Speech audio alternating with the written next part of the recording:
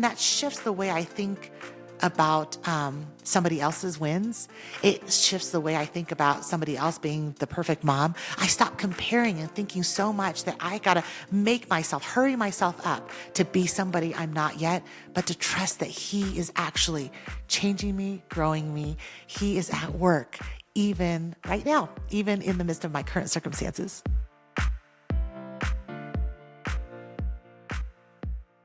Well, I have a question for you as we get underway today, and it is, are we missing out on our own lives? Am I the only one who thinks that thought and wonders, what else is there? Why does the right now seem so far from where we really long to be? It's okay. We're going to learn today that the right now that we've been given doesn't have to be something that we're expecting, but we can lean into it. Our guest today is Ruth Chou Simons, and this is her second appearance with us. I'm very excited. I've got your first book here that we've talked to you about, Pilgrim. It lies on my coffee table, open to a new devotional every week, and I just love that. And so I'm excited to unpack today your latest release, Now and Not Yet, pressing in when you're waiting, wanting, and restless for more. Yes and amen. Ruth, welcome to our Kenkel Fritz and Friends podcast. It's so good to have you back. Oh, thank you so much for having me. I just love having someone back who has impacted our lives like you have. And so in this book, wow, how often do we long for something that we don't have and we feel like we should? And so just avoiding the disappointment that could come along with where we are right now and all the things that feed into that anymore. Everything we see online, everything that we experience that leads us to think, what am I missing out on? How can I be happy in the right now? So looking forward to unpacking this. And I'll just say today's discussion is for anyone who is waiting, wanting, or feeling restless, that they aren't where they think they should be. And I'll just say where I'm not where I think I should be. I'll just make it personal. So Ruth, tell us about why you wrote this book and what should we be taking from it? What's your desire with it? Yeah, well, I think that just like you said, so often in the social media rid culture that we're in, we're always seeing how somebody has arrived. We see how somebody is living out their best life, using their skills exactly the way they want to. They're the mom they want to be, or they have their home finally designed and styled and built the way they want it to be. And I think so often we see resources for processing our past and things that we've been through. And we have a lot of resources for hustling and getting ourselves to our goals and where we want to go.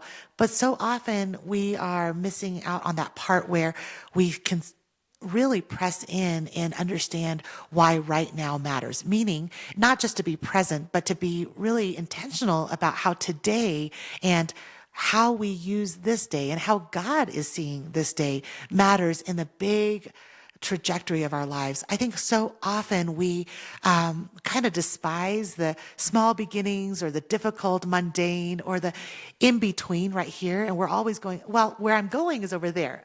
Check up with me when I finally meet my goals. Or we're so quick to want to skip to the good part of our lives. And when I open my Bible, I'm so confronted with the reality that God is the God that meets us right in the midst of our waiting, in the midst of our not seeing things work out the way we thought they would. And in my own life, I just felt like it was the right time to tell the story of how a lot of the things that you see me do publicly, whether it's through art or writing or as a mama to 6 boys, that there were seasons of hiddenness. There were seasons where my dreams were not coming true. And it's really good for us to be honest with one another. It's really good for us to be honest with one another and make sure that we are telling true stories of how there is a process and that God actually is so so faithful in the midst of the seasons where we think that nothing is going on and we think that the circumstances we're in aren't as fruitful as we'd like them to be. Good. Yeah.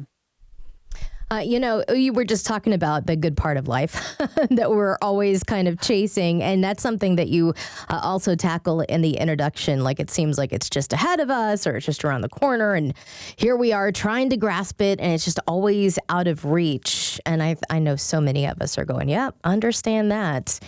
Do you think that social media, all the comparisons that happen there have kind of played a big part in chasing what we feel we should have or should be there, but just isn't? It's right out of our grasp. Yes, so much so. I think because social media is only showing one little slice of life, right? But the slice is usually something exciting we want to share. And there's nothing wrong with that. I'm grateful for all the opportunities we get to see somebody celebrate their anniversary or get into the house that they've been wanting to buy or build, or that they got that job promotion. Those are wonderful and special things. But sometimes we forget that there's so much backstory. And I remember a season early on, there was a whole good decade where I was either pregnant, nursing, or changing diapers or doing something. All my boys were about 2.5 years apart. And I remember feeling so, I love being a mama, still do. But during that season, all I was doing was stepping on Cheerios and then like sweeping them up and then wiping that sticky counter constantly and literally going, why am I in the midst of this kind of season? Like, why do I have to deal with all these circumstances that aren't what I feel like? It's just not my best life. Like, I just feel like I have so many more giftings than this and I can do so much more. And this feels like such a waste to like spend all my days just kind of redoing the chores over and over again. And I remember specifically in that season, my husband really said to me, Ruth, what if God is trying to grow you and change you while you're chasing after a different season? You're trying to run ahead and try to get ahead of the difficulties or the challenges or the mundane that you don't want right here. What if God's trying to meet you right here so that he can prepare you for the next season ahead? And that really shifted my perspective, and that really has defined much of where I'm going in this book, trying to help us to wrap our minds around what it is that God is doing in our lives right now, even when we can't see the fruit. Yeah. It's hard to be patient. I have a friend that I went to high school with. She and her husband are always taking trips to like these amazing exotic places. They just went to Cancun or something. It's like her second trip this year and it's April. And I'm like, here I am working and she's off, vacationing. And it's hard to kind of not compare your life and start thinking of the things that you wish you had. But I think that is such an important message. We are where we're supposed to be. God has us where we are for a reason, preparation, lessons, whatever it is. And so what a wonderful point. And, you talk about how God is the hero of our story. Like, delve into that a little bit. I loved that statement.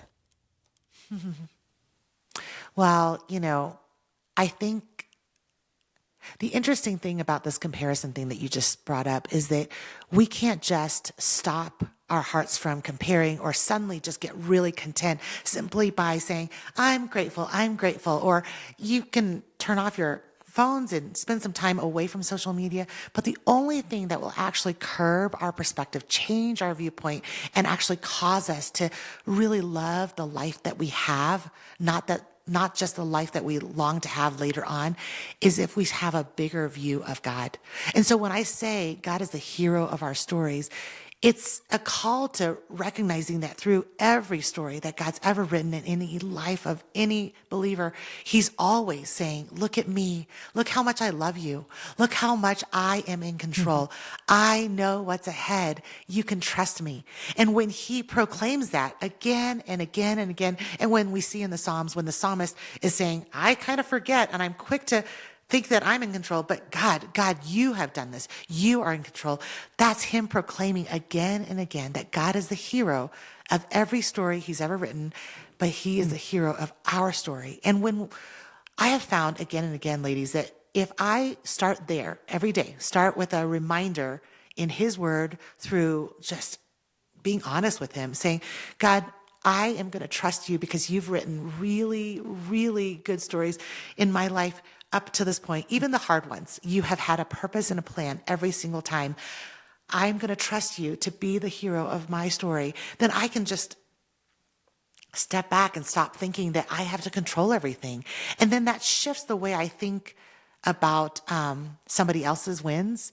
It shifts the way I think about somebody else being the perfect mom. I stop comparing and thinking so much that I got to hurry myself up to be somebody I'm not yet, but to trust that he is actually changing me, growing me. He is at work, even right now, even in the midst of my current circumstances.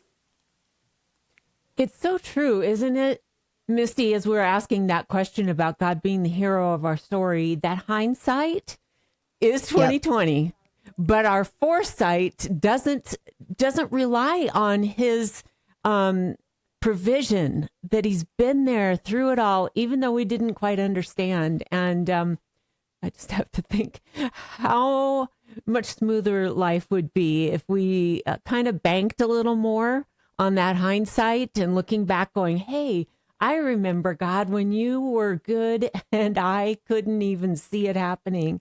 And then transition that to whatever it is we're feeling, unsatisfied with right now. I think that's why God actually gives the Israelites the instruction in Deuteronomy 6 to keep on telling the stories. Tell your children, write it all over your homes and take it with you. Remind yourself constantly what God has done, because it was a means of preserving the story, but also you're about to walk through some hard times. He was basically saying, hey, you're my children. You're going to walk through some hard times. You need to remember how I have been faithful and how I promise to stay faithful. And so I think about how much we are forgetful people, which is why I think we're trying to hurry along. We're trying to hit the easy button. We're trying to skip to the good part and just do that fast forward, button on our remote. So God, can I just skip to the part where I thrive? I'm the best mom. I'm thriving in my career. I don't struggle with these emotional issues. I'm not anxious anymore. We just want to skip all of this. But what God is really saying is, can you remember who I've been and trust me right now? There's lots to learn from those Israelites and their struggles in the wilderness, It's just, but again, isn't that hindsight? So easy for us to laugh and say, well, what in the world was your struggle? You got that manna every day. Be grateful. But, Ruth, as you wrote Now and Not Yet, you write that we're required to face the unwanted realities of right now and not to check out, but to be present in it. And I think that's what we're talking about, right? To be present in what you are experiencing right now and press in and actively engage in the things that just don't always come naturally to us. And furthermore, we don't really understand why. And it sounds hard because, well, it is hard, isn't it? It is hard. So hard. And so what do you recommend? What are those first steps that we can take on this journey? One of the things I love about the last 2 years of working on this project is rather than just say, hey, we can just press in, have a good attitude about it, I really realized that I needed to start with some self-assessing questions. And so I've included so many of the ones that I have worked through myself in this book. Questions like, let's consider why we're feeling restless. What is your restlessness pointing to? What is it that you're trying to be fulfilled in? And what does that say about where you're finding your self-worth? You see, some of these kinds of questions help us not just go, I'm going to grip my, I'm going to, buckle down, pull myself up by my bootstraps and just be present. But rather, okay, if I'm here, and the Lord wants me, he could change my circumstances in an instant, but he hasn't. So if I'm here in the season of waiting or a season where I'm just longing for my circumstances to change, I'm waiting for a provision, I'm waiting for reconciliation, I'm waiting for opportunity, I'm waiting for a change of heart, whatever it is that you're waiting for, if God has you in this particular set of circumstances, it's a good time to say, well, Lord, what can I learn here? What can I see about myself? What can I see about my belief in you? What can I do to take my first step in faith? You see, even when you think about the desert, we were talking about the Israelites, the desert, they didn't know when their circumstance was going to change. They didn't know when they would finally get to step into the promised land. They couldn't see the finish line in sight. But God's provision daily was to say, you need to keep your eyes on me. Worship me now. Consider where you're faithless now and change your mind about your fears and your discomforts now. And so even in that, I recognize that we have to take a step. So, I think the simple way to even start considering this is to say, we got to assess our circumstance and assess our viewpoint about God and where we're at, but also to take the very next step with what we've already got. And so how I like to say that in my own life every day is start where you are with what you already have, rather than trying to chase after what you don't have. Start taking note in your journal, maybe even say, Lord, what have you given me today? Is it that I have a home that I could welcome somebody in with? Is it that I have an online presence that I can encourage somebody with? Is it that I have the ability to write, even if it's being shared with 5 people when I want 5,000 to read it? Do I have an opportunity to start where I am with the giftings you've already given me? Even if it's not perfect, even if I'm a beginner, even if I wish it was so much more. Can I be a good steward right now, even if my circumstances are hard and not the ideal circumstances?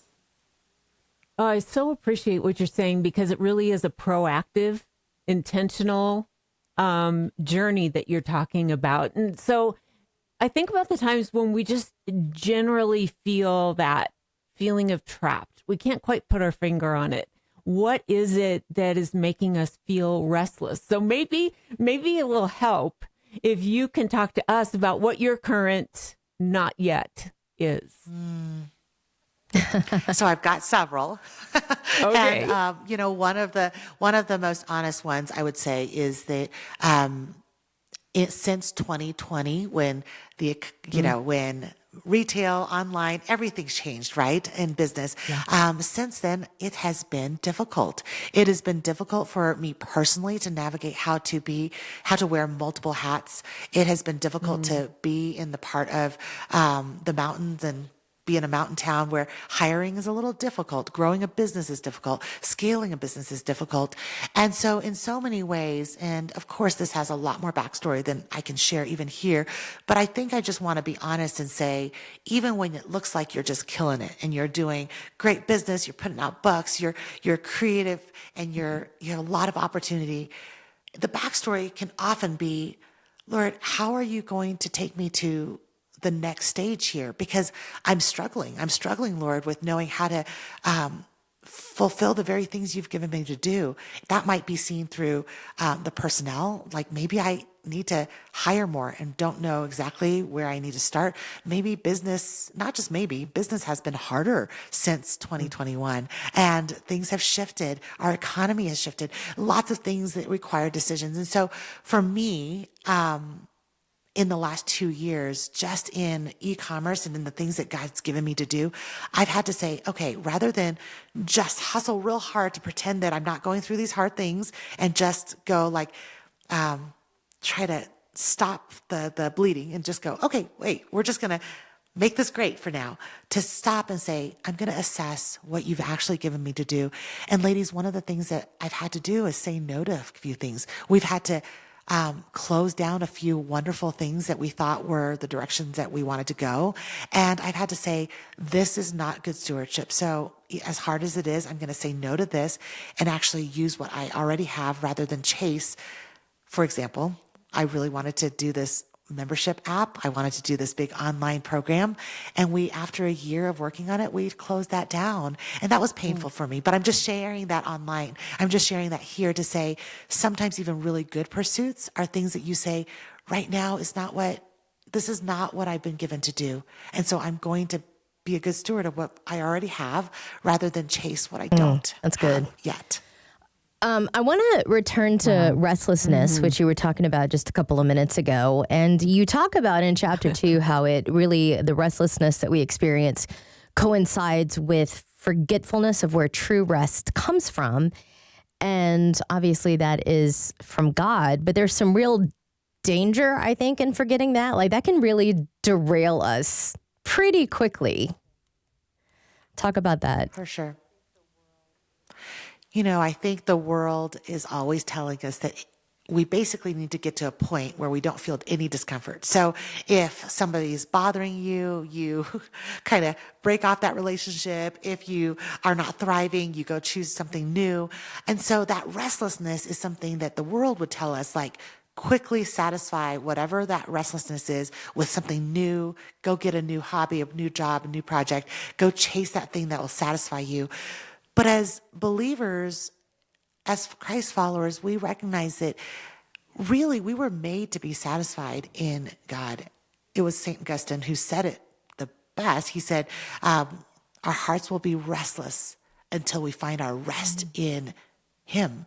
And so he's talking about how we were made to be satisfied in God. And I think you and I would agree that we could chase after a promotion or a new opportunity, or we could get a gazillion followers on TikTok and nothing will ultimately satisfy. And so I think the temptation for a believer oftentimes is to think that we could somehow find our satisfaction in God as a side note and then go chase and pursue our dreams. And it's not that we don't run after our dreams, but if we start thinking of our dreams as the ultimate goal and ultimate destination, we'll come up short, come up empty, and ultimately find ourselves never satisfied. And so we really begin this journey asking ourselves, what's causing that restlessness? What is it that we're really longing for? Because we're all made to want belonging and to be loved, to be seen and known, to have purpose. If you're listening to this today and you're resonating and going, I just want to know that I'm here on purpose, that I'm not wasting my life, that's a really good thing to pursue. There's nothing wrong with pursuing purpose, but your ultimate, first and primary purpose is that you were made on purpose by a loving God who designed you for a specific relationship with Him. And so chasing after any other person's approval besides God knowing and loving you will just be empty and will never be truly satisfying. So that's where we begin, not because our careers don't matter, not because our talents and our gifts don't matter, but because all of those things that we pursue will only flourish when we're resting in our souls, in that deep down contentment, when we know that our lives are in Jesus and nobody can take anything away from us, whether they like us or not, whether we make a ton of money or not, whether we have social media approval or not. Yeah. None of that can steal That whole mantra of the world right now is follow your heart. When our hearts are going to get us in trouble pretty quick if we're not pursuing God, that's for sure.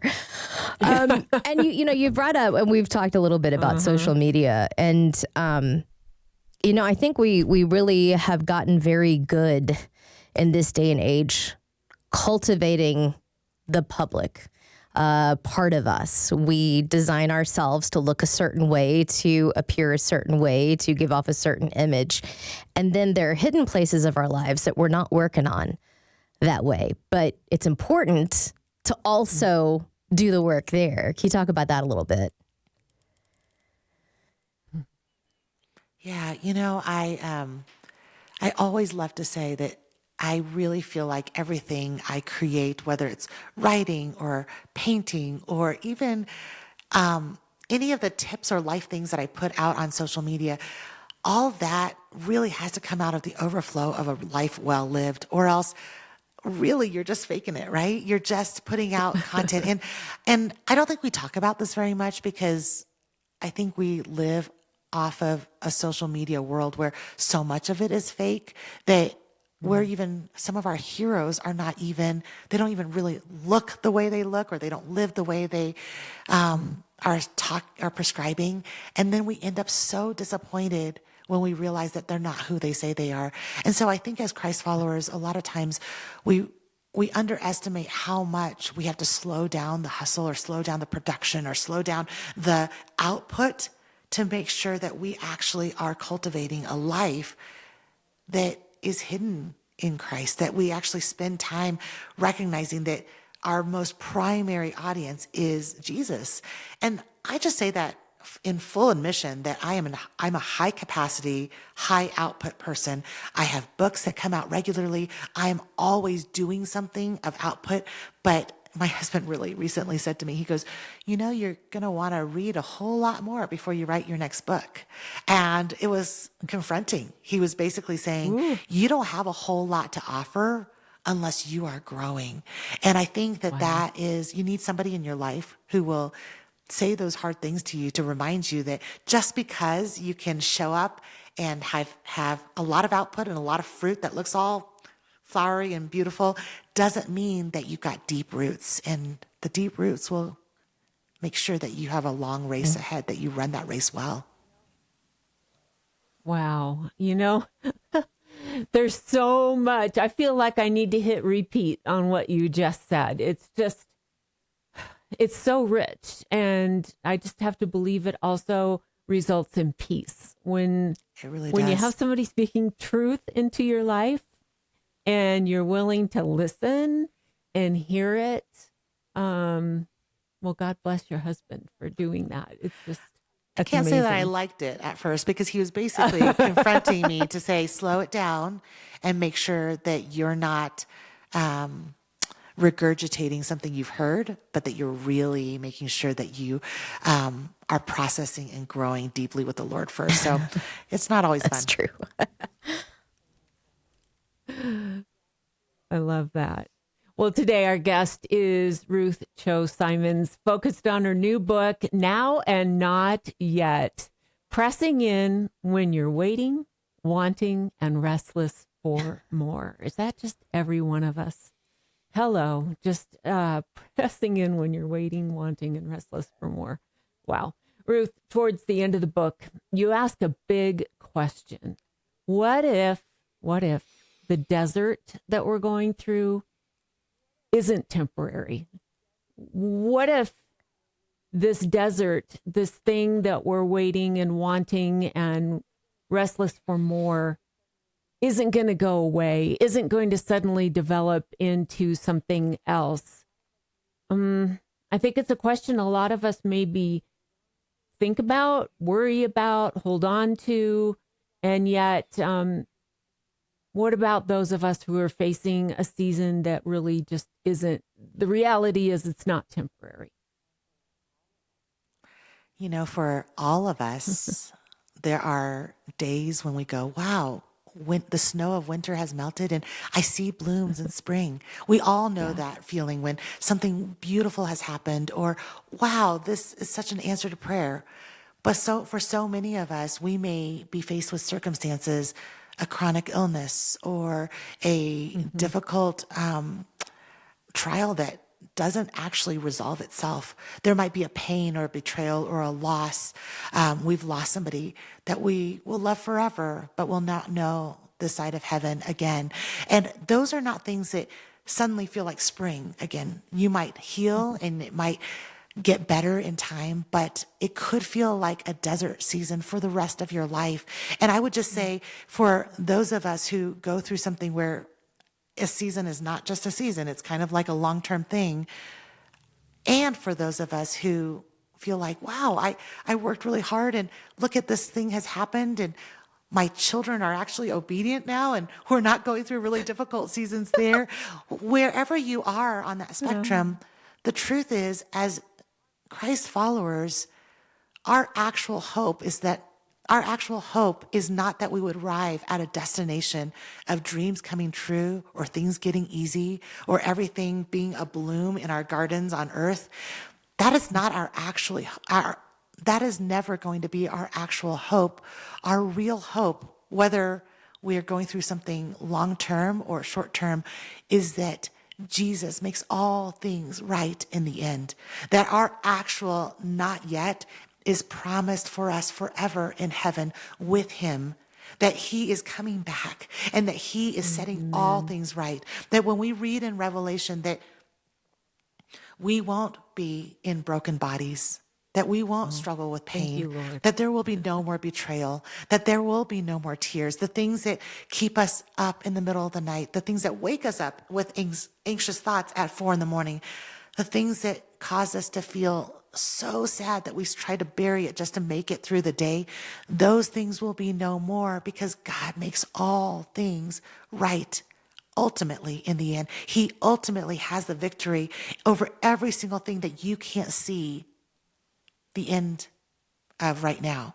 And so even in heaven, so much so that we read that we won't even need a light bulb. We won't even need light because Jesus will be so bright. And so when we say that, when we read that, and when we cling to that, that's not just for us to say, well, I guess, I'm just going to wait it out until heaven is beautiful and I don't hurt anymore. It's that we even read in John 17:3 that we are given eternal life, which is knowing Jesus, and that we get to have even now. And so my greatest hope for anyone reading Now and Not Yet, this labor of love that I've worked on for the last 2 years, my greatest hope is that somebody right now in circumstances that he or she just does not want, when the right now is like, I could just skip this altogether, or even I think this right now might go on for a long time, that their hope would be that God is in control of all their circumstances and already has a future much more glorious than they could even imagine, and that this pain that they're going through right now is so temporary in the big scheme of things that we can trust his faithfulness in our right now and our not yet, and we can keep our eyes on where we're heading in the eternal sense. I love, what you're saying. And I also love lists. And you have 5 steps that you talk about that we can take to help flip that script that you're talking about right there as we're walking through a hard season, whether it's temporary or it's a desert that's going to be where we live. Maybe you don't have to go through all 5 of them, but can you pick one or 2 that can really help us on that journey? When I say flip the script, I mean, we have this actual tool in the book, but whether you call that flipping the script or preaching truth to yourself, the concept is the same. Basically, you and I are telling ourselves stories about our right now circumstances. Either, I can't do this, or I'm not the girl for the job, or, oh my goodness, my kids might turn out a mess because I can't handle it, or God must have forgotten me, or he's disappointed with me. There's just so many wrong narratives that we repeat. And whatever we are repeating again and again in our minds, that's the story we start believing. And so the call here is the reminder that throughout Scripture, and especially in the Psalms, we see the psalmist regularly saying, this is how I'm feeling, but I'm going to flip the script by reminding myself what is true. And so the steps in flipping the script, it's not anything I came up with or I made up. I'm really just following the pattern of what it is in Scripture, where we just look at what's really going on. We identify what the problem is. We're really calling out like, hey, I am naming the sadness. I am naming the hurt. I'm naming the pain. But I'm also going to remind myself who God is, what he's already done, what he promises, and I'm going to apply it to myself, remind myself what is true by rehearsing and repeating and shifting the narrative. So rather than saying, I can't do this, you're really, look, this is a simple one, but you're really reminding yourself, hey, the Apostle Paul, when he was faced with the most impossible circumstances, said, I can do all things through Christ who gives me strength. And so that's such a simple one, reminding yourself going, yeah, even in the most difficult circumstances, because I'm in Jesus, God gives me the strength to do the things that I think are impossible. So you start flipping the script and you start reminding yourself and saying, even out loud if you have to, sometimes I say it out loud, I can because of Jesus. Stop saying I can't. Very good. I love that. We've talked a lot about this fight to really stay in the present, even when it's tough. And as you pointed out, we don't like anything that's not easy. And that is not something that as people, it comes automatically to us, especially when the present, the right now, is not what we want it to be. So why is it so important to remember that this is not something that's going to occur naturally? This is something we really have to work at and practice and, make a habit in life.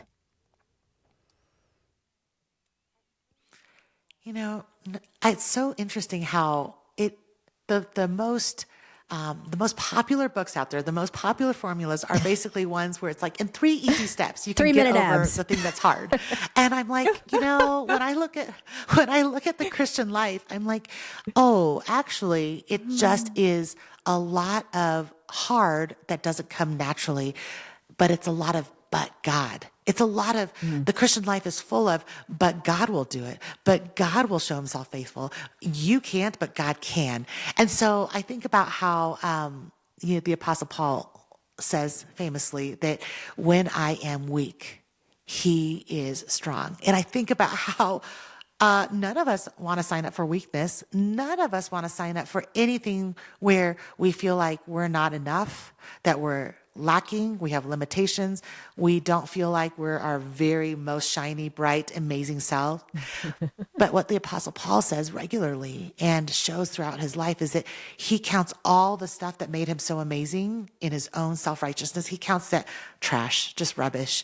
And he says, hey, sign me up for the thing that makes me maybe not look as amazing, but puts God on display. And so what you and I need to practice right now in our now and not yet tension is that God may very well be using all the things that you don't like about starting small or being behind or feeling not enough, kind of being limited, not being the best in the room, not being the most amazing, sparkly person. Maybe he's using all the things that you would consider weaknesses as things where he is going to say, hey, when you step back and let me shine, I will be your strength. I will be the power. I will put my glory on display. You get to be the conduit of that. And so we get to practice that day by day rather than go, okay, can I be, I think I like to say, I think I wrote this in a different book, but I really wrestle with wanting to be so amazing that I don't need grace. We say, oh, I'll sing Amazing Grace, but can I just be so amazing that I don't need so much grace? And we need to practice reminding ourselves we were made for the grace of God. Like we cannot operate 1 minute without God's grace empowering us. And so maybe count it a blessing that we are in difficult, challenging, hard, not easily skipped circumstances and things even in ourselves, because it is in that exact place that we recognize that God's strength is made perfect and we get to put him on display in our weaknesses. Wow. And what role do we more need God's strength in our weaknesses than as mothers? You are a mother of 6 boys in a wide age range, and mine are grown and out of the house now, but the memories of feeling tired and longing for any kind of future season. So maybe this is where you tell the story of the pickle jar that hit the floor. Oh, my goodness. Man, I remember a season where we were on a tight budget. I was just glad to have everybody alive after a grocery run. And I remember a season where, I was taking babies in a baby carrier and then wearing a front pack or holding hands and making sure nobody touches the display and knocks all the cans over. And I remember a specific trip to the grocery store where I was trying to stick to the budget and stick to the grocery list. And everybody wanted these fun, the big jar of bread and butter pickles, which wasn't even that big of a luxury. But listen, during that season, it felt like that was just an extra. It was just an extra thing. Yeah. We didn't have to have it, but we bought it anyway. And we came home with this big jar of fun pickles. And no sooner did I get it on the kitchen island and it gets knocked off onto the ground and the whole thing crashes to the ground. Shards of glass everywhere. And bread and butter pickles are your sweet pickles. So it's like sticky pickle juice running throughout all over underneath the island. And the baby who's crawling is like doing snow angels in the pickle juice. And I'm literally thinking, oh goodness, this is really basically the next 2 hours of my life, isn't it? That I gotta now get all this cleaned up. Now we've wasted the money. Now the sticky juice is being tracked all over the house. And I hope nobody cuts themselves on the glass. And I just felt so defeated. I felt so defeated. And I really think my now and not yet journey started very closely around that very season, because it was from that season that I started repeating this phrase in my mind. And again, it was my loving but firm husband who, he wasn't firm as in he wasn't trying to like teach me anything. He was just able to speak into that moment and said, you know, honey, what if this very circumstance is meant to sanctify you? And sanctification is just a fancy word of saying, way of saying God is trying to transform you, make you more like him. And I was like, but I'd love to experience that in a whole different way. Can I just go to church and like go to a Bible study and be sanctified and transformed? Why do I have to deal with this? And so I started a hashtag, motherhood is sanctifying. This was years and years ago. It's been almost a decade. And at the time, I think that phrase meant more to me than maybe anyone else. But I started writing with this hashtag, motherhood is sanctifying, because I was pointing to the fact that as I was trying to hurry along and get out of this pickle juice, broken shards, 2 hours of my life dealing with mess season, God was actually training me up and teaching me how much I needed to grow in my patience, in my trust of him, my being able to have eyes that see how he is at work. And so that really is the beginning of this whole now and not yet journey. And when you look at the chapters of this book, I would say I tell a lot of stories of how the very seasons I thought were wasted became seasons that I learned so much that became part of how I got to encourage others in days to come. I love it. You know, you've just described the not yet part. It's not a no, it's just now and not yet. And it's just really, really beautiful. Our time has gone by so fast. I just have to say thank you, Ruth Chou Simons, for focusing on this book, for all of the encouragement and the promises that God is with us in the now and in the not yet. But before you go, I have to ask you, what brings you joy? One of the things that brings me the most joy is to get off my cell phone and get somewhere. I happen to live in Western Colorado where I can get into the mountains pretty quickly, but you can do this by even turning off your phone and just going to the park, but going somewhere where you're not receiving notifications and you can literally just spend an hour at least beholding what God has done, because we spend so much time looking at what we create, what we do. The thing that resets everything for me is to cast my gaze on something that God has created that I have nothing to do with. And sometimes that's a sunrise, sunset, something in nature that helps me remember that I'm not as in control as I think I am. So that brings me so much joy. Oh, I'm so with you. Just let me walk outside my back door, and that's where I can reset and find joy. Misty, you're mocking me right now, too, Sally. Right, I'm more of an indoors girl. I'll look at pretty pictures. Yeah. Aw, just a little. Thanks. Can't help having a little fun with you, Misty. You know, I'm just so grateful for our time together. Ruth, where can we find you? I love to encourage through my Instagram account. That's Ruth Chou Simons, ChouSimons is how you spell that, on Instagram. And you can find all my work that I create through watercolor to help you look to Jesus at gracelaced.com. Well, thank you so much. And we'll put all those links down below so you can easily find them, because I know you're going to want to absorb more of this hope and purpose in where we are right now, and knowing that it's not yet. Thank you, Ruth. Thanks so much for having me, ladies.